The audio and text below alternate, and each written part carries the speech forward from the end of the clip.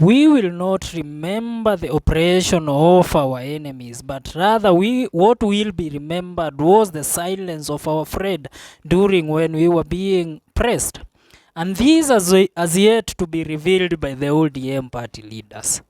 We all waited for the ODM party to hold account the government for the death of one Albert and the death that happened yesterday in the protest when Haley was shot at a close range by a police officer.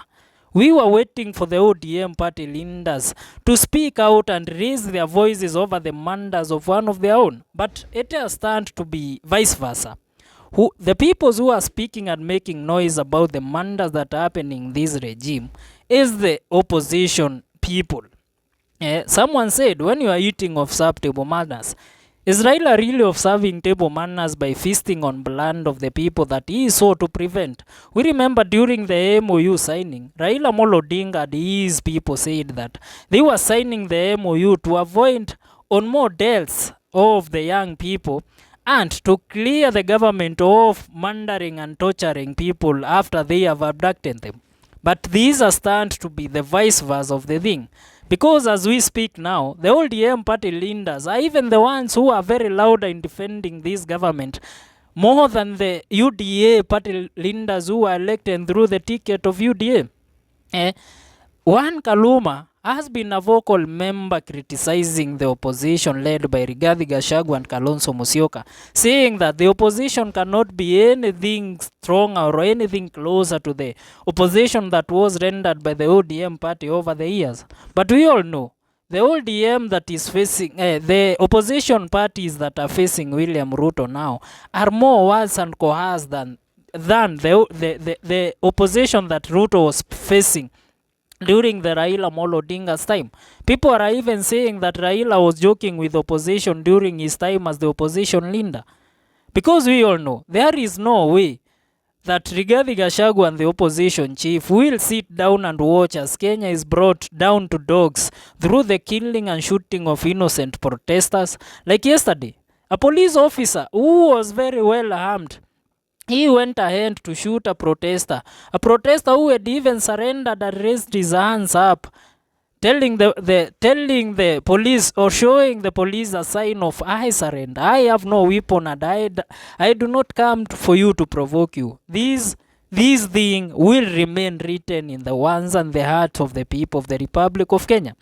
Kaluma today, he has went ahead to blame the activists and the people who are in street demonstrating, saying that they are provoking the police into killing them.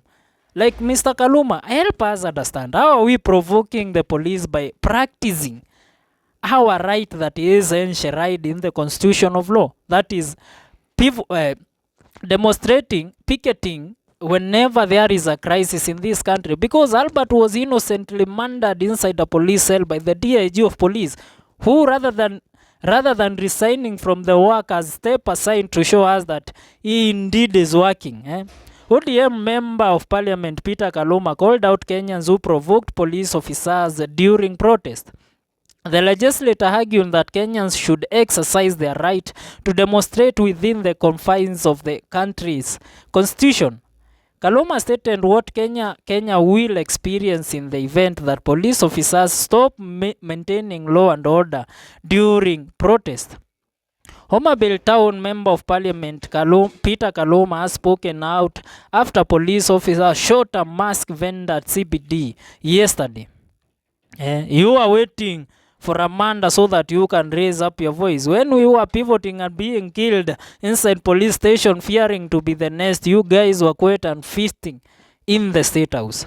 While speaking before the National Assembly, Kaluma urged Kenyans to respect police officers even as they exercise their right to picket.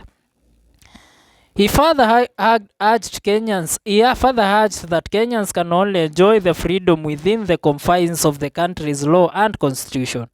The MP further urged Kenyans to stop provoking armed police officers during protest. We need to begin reminding all Kenyans and even foreigners in the country, Honorable Speaker, that we can only enjoy those fundamental freedom within the confines of the law. And ultimately, we need a stable state, Kaluma said. Kaluma further cited that the incident where a foreign protester in Nakuru was seen wielding a panga at armed police officers. He argued that the man was lucky because of the richness of the country's Bill of Rights. Kaluma stated that the man who was a Ugandan would not have tried such a thing in his country where the law is very strict. We must avoid situations where we overprovoke our police officers. These police officers, Honorable Speaker, are going to the level where they may sit back and let people do as they say, he stated. The legislator further argued that if the police officers gave up on their jobs, the country would be thrown into anarchy and chaos. Additionally, he cited another incident where a female activist was captured in a window changing at a police officer before trying to remove his mask. You dare even mention a mask in this case. The High Court of Kenya ruled out on police officers coming to demonstration and coming to hold demonstration into account in mask. They said that will not be allowed in a state where we are governed by a rule of law. Kaluma also spoke of a law and order officer from the United States who warned Americans about being aggressive towards police officers. I don't know, honorable speaker, if you have watched what that law and order officer was saying. He said, you abuse our police officers, you will go to jail after you have passed through the hospital. You spit on our police officers, you will go to jail, but you will pass through the hospital because our beautiful dogs will bite you, he ended.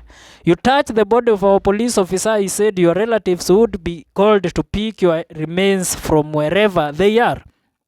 The Homa Bay Town MP further clarified his stance, saying that he is not asking the police to misbehave by going to that extreme.